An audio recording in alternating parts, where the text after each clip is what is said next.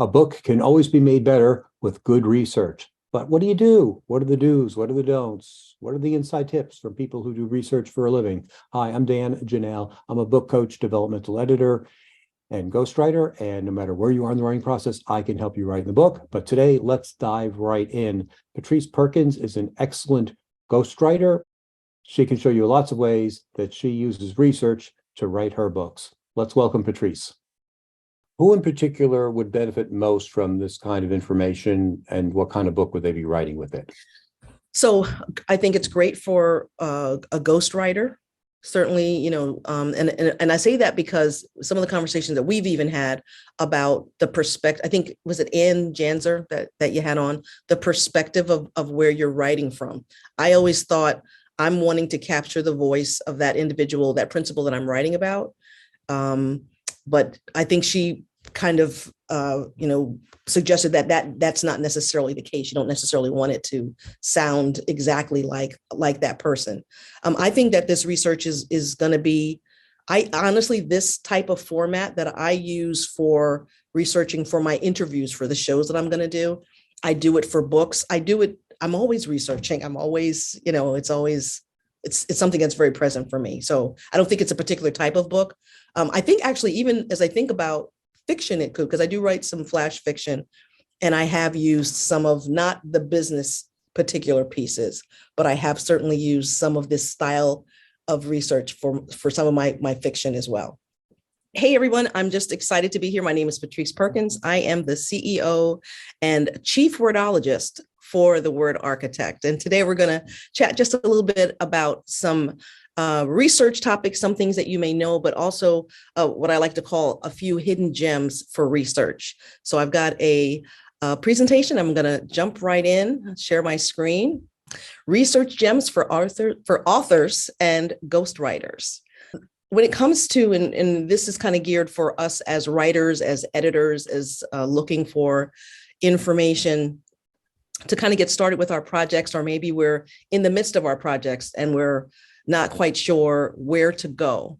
And like many things, and this is certainly something that I know from being an interviewer as well, great research starts with great questions. And so the questions really are going to take you, as we are learning, Dan, you've been talking with us some about some of the AI, like quick write.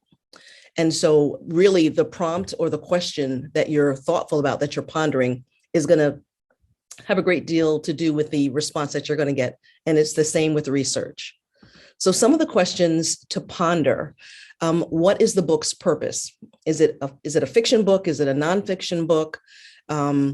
Is it, if you're doing a ghostwriting project, does your principal, I'm going to call him a principal, does your principal know where that is, or are you needing to guide them some of the way?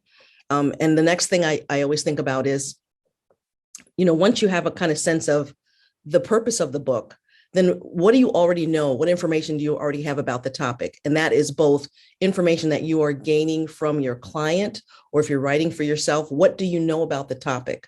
And kind of get those things out. However you're getting them. I love a format like this where you're able to have a conversation and record. I love Zoom for this. So Zoom is great because I find it allows me to be in the conversation and not worry so much about, I'm still taking notes, but I'm really able to engage in that conversation. So once you kind of know the purpose, once you know what the topic is, and you want to begin to say, okay, this is what I know. So based on the outcome that I'm trying to get to, what is missing? Do I have an idea? Sometimes we say you don't know what you don't know, but sometimes you do know what you don't know. And so think about those things that are missing. Think about the knowledge gaps. And I wanted to talk about, I say, a few oblique ways to gather intel. And someone's looking at this slide and they're saying, Google. What's oblique about Google? I always start with Google. I start with the person's name, because very often you can find some information. It's not always on page one either. Sometimes you want to go below the fold, so to speak. You want to scroll down and see what's not necessarily on page one. You can find a ton of information out about a person. Sometimes it'll be business or professional information. Sometimes it's personal information. And by personal, I don't mean, expose personal, but it could be give you some jump off ideas that you might not have thought about. Email is awesome, especially if you have their business email is a great place to start. But if you don't have their business email, and I'll talk a little bit about LinkedIn, but if you can get their personal email, especially if it's like a Gmail or an AOL, when you put that into Google, often what you'll find is places that they sign up for things. So you may find a group that they belong to. You may find an organization. So it's a great way to find kind of oblique information that might not come up if you only are going by searching for their professional information. And the professional information is often another great jump off place. When we think of LinkedIn, often we think of, we'll put someone's name in the search box, their profile will roll down. You can get an idea of the types of things that they're talking about. My first thing when I look at LinkedIn is, are they serving up original information? Are they creating posts, or are they reposting? If you have someone that's primarily reposting, what are they talking about? What's the subject matter? Where are they kind of leading? What are the types of topics that they're primarily sticking with? If it's sort of a catch as catch can, and they're kind of reposting from a lot of information, is there a theme that you can kind of gather?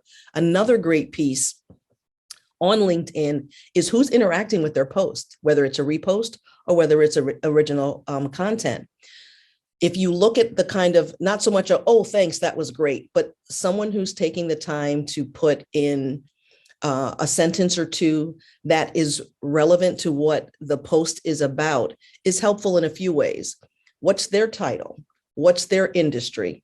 Is it a personal contact? Is it a professional contact? And each of those can give you jump off places.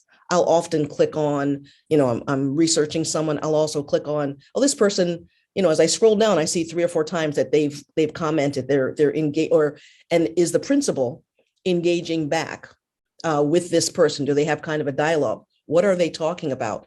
Is there a theme in that as well? In terms of gaining ways to reach that person, not reaching out to them, but how are they making themselves available? If you look at their LinkedIn, in the contact information on the LinkedIn profile, sometimes people don't have anything. It'll just be the link for their LinkedIn profile. But sometimes you can hit a jackpot there. They may have a website. They may have a link for a link tree, which is really neat, because if you're familiar with a link tree, it not only gives you, if you have someone especially that has information or moves in a few different verticals that don't necessarily go together. So if you were to look at their website and all of these things were listed, it might be a little confusing. But a link tree is great because you can put the different quadrants that you're interested in. And as people are reading or interested in information about you, they can click on the thing that's relevant. And, they can click through the whole thing, but they can more easily get to the information that they're interested in. So that contact information on the profile, it might give you a website. It might give you, again, a personal email. It might give you a business email. So that's a great place. So don't just, when you're in that LinkedIn page, look at their, and see what groups are they involved in. What groups on LinkedIn, who are speakers or influencers that they're interested. All of these are going to give you information and leads for that principal that you're initially talking to. Let's see. I'm going to keep going here.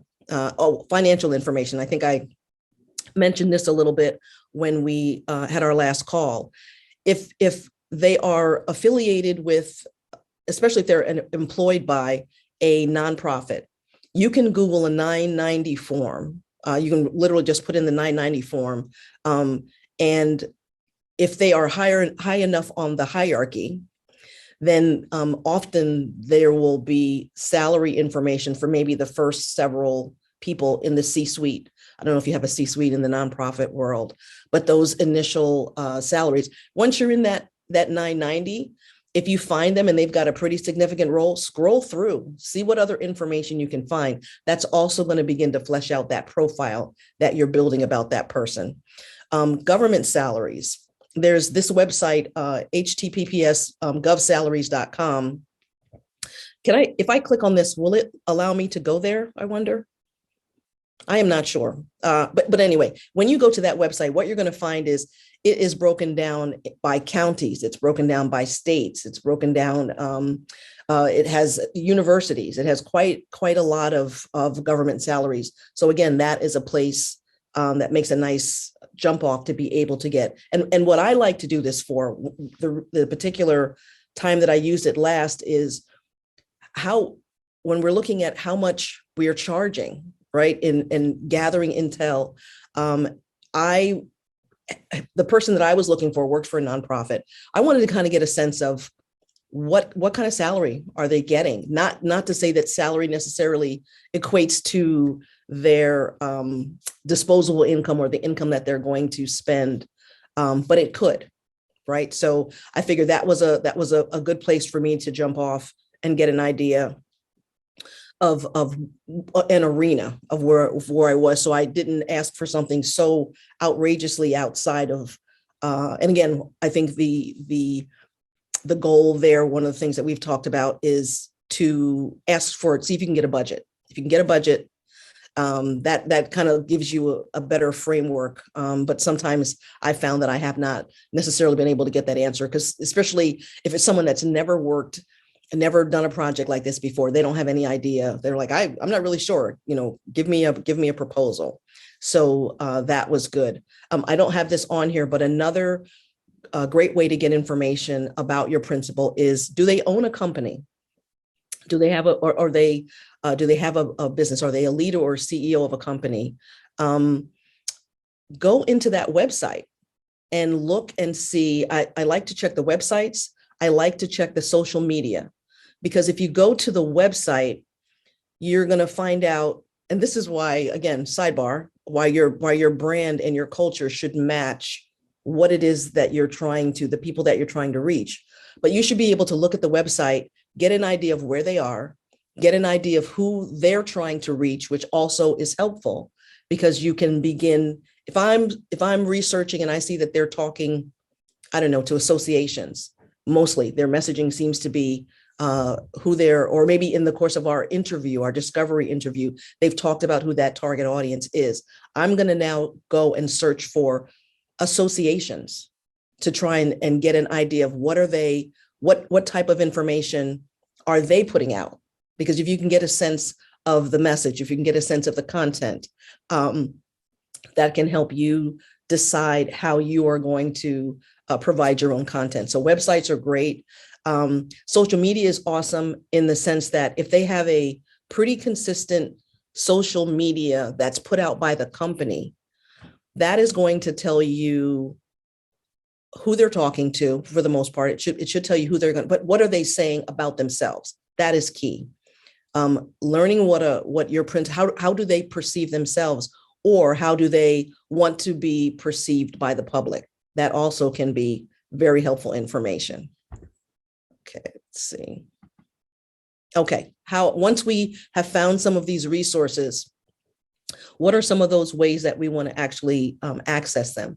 With the principal, obviously that is going to be your first point of discovery. And so whether it's, even if someone sends me some information, and one of the things that I like to do when I send my Calendly invitation, I love Calendly because you can really adjust that to who it is you're speaking to. I've got Calendly set up for different countries. I've got the UK, I've got, places that I've spoken, UK, Paris, I think the Netherlands, with those time zones that work for those people. And within those, if it's a discovery, I'm going to be asking some preliminary information to try to qualify.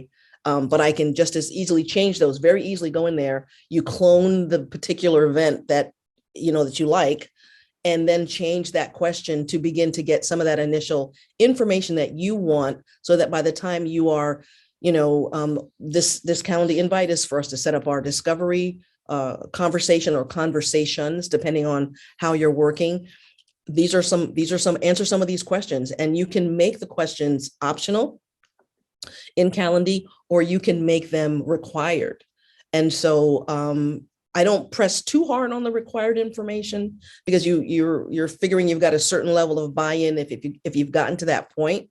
But certainly ask some of those questions. You can, I don't know, maybe 10 questions you can ask, and you can make them multiple choice. You can make them checkbox. You can make them, the buttons where they can select. So Calendly gives you a nice amount of options. So interviews, the interview with the principal, obviously going to be one of the first places that you start. As you're discovering through the research, who are other people that you may be encountering that it might make sense, with the permission of your principal, of course, to reach out to, especially if it's contacts that you've gotten, say, through, I think if you find someone through LinkedIn that's been commenting, I would always check to make sure, hey, I'm thinking about reaching out to this person. Is that okay? But it's pretty much open season, right? So you can then, reach out to that person on behalf. And again, with the interviews, it comes back to asking the right questions, and you get the right questions by spending time really being kind of thoughtful and pondering, where do I want to get to? And then moving back. What are the questions that are going to get me to that outcome? So, expert opinions.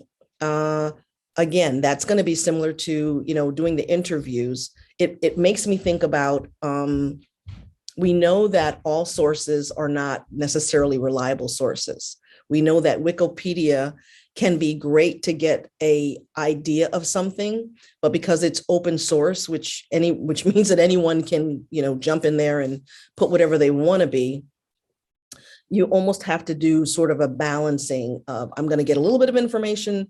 I'm going to use, Wikipedia to kind of give me a direction, but I'm probably not going to be citing Wikipedia for this particular project, but it can be a place to kind of use to gather. And then again, our own personal experiences can be it might not necessarily be something that we're going to put in the book or the article or whatever the content that we're writing, but it certainly can give us a framework and a place to think about how to move forward and how to approach. So our own, the validity of our own experiences. It's my experience that in research that's allowing me to realize, hey, I kind of look at some things in a different sort of a way than might be the common way. So let's see what else we have. Okay, again, some challenges in research. This really kind of is relating to what I talked about before. What's the source? What's the validity of the source? Where's that information coming from? Am I seeing a lot of bias and subjectivity? I'm a journalist by trade. I'm an interviewer by trade. And when I learned, it was, here's one side of a story. Here's another side. And I am trusting my audience to have the discernment and the intelligence. I'm going to serve them both of those. I'm going to try not to color it with my own opinion, and then allow them to select the information. I've given them all the info that I can. That's not what we see necessarily in news. Today we see, this is the view. This is the view. This is what it is. This is what we're only going to present this to you. And so this is what we want you to believe. And we're going to just keep repeating it, hourly until we've impressed it upon you to the point where you believe that that is the only truth that there is. So as you're looking at your sources, I kind of say, go with your instincts.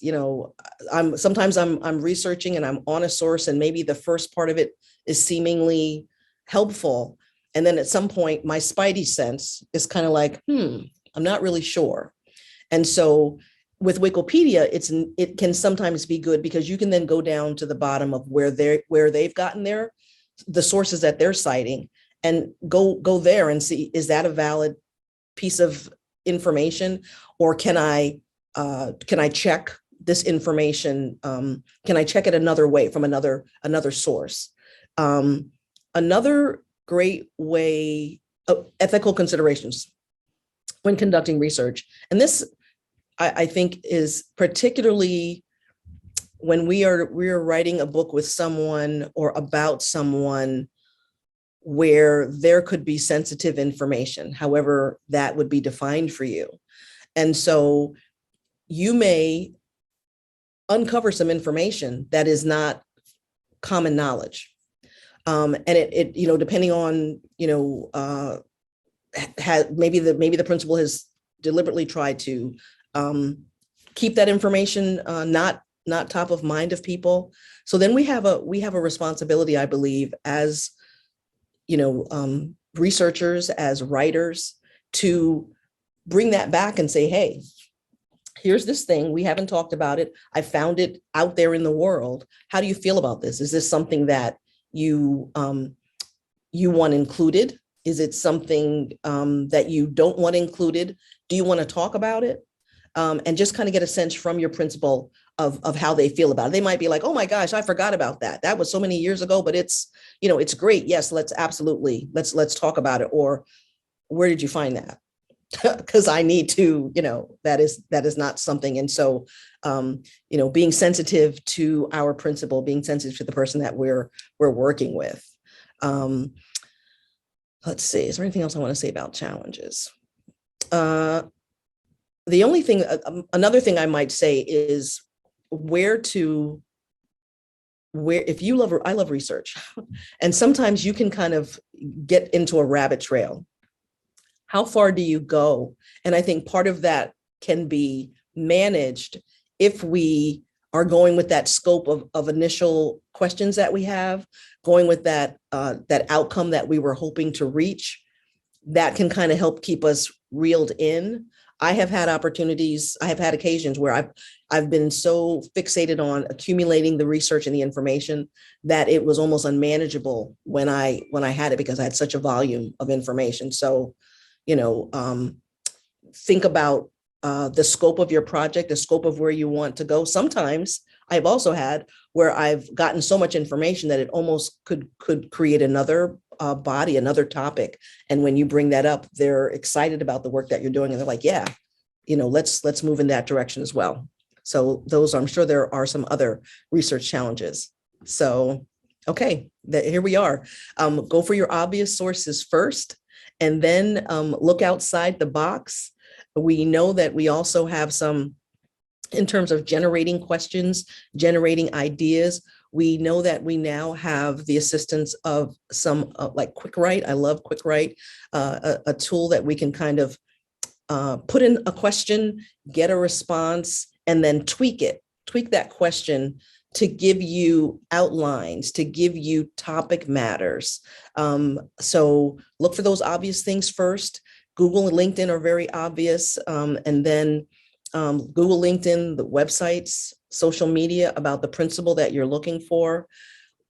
Think of oblique ways to use Google. Don't just, search the name, search the email. If in that process, if I come up with an email that's in a company that I hadn't heard of before, I'm going to then Google that company to see what information that I can find. So that can, like I say, that can also always lead you to a place with more information. So obvious sources first, then look outside the box. And that is your hidden research gems for today. Thanks, Patrice. That was wonderful.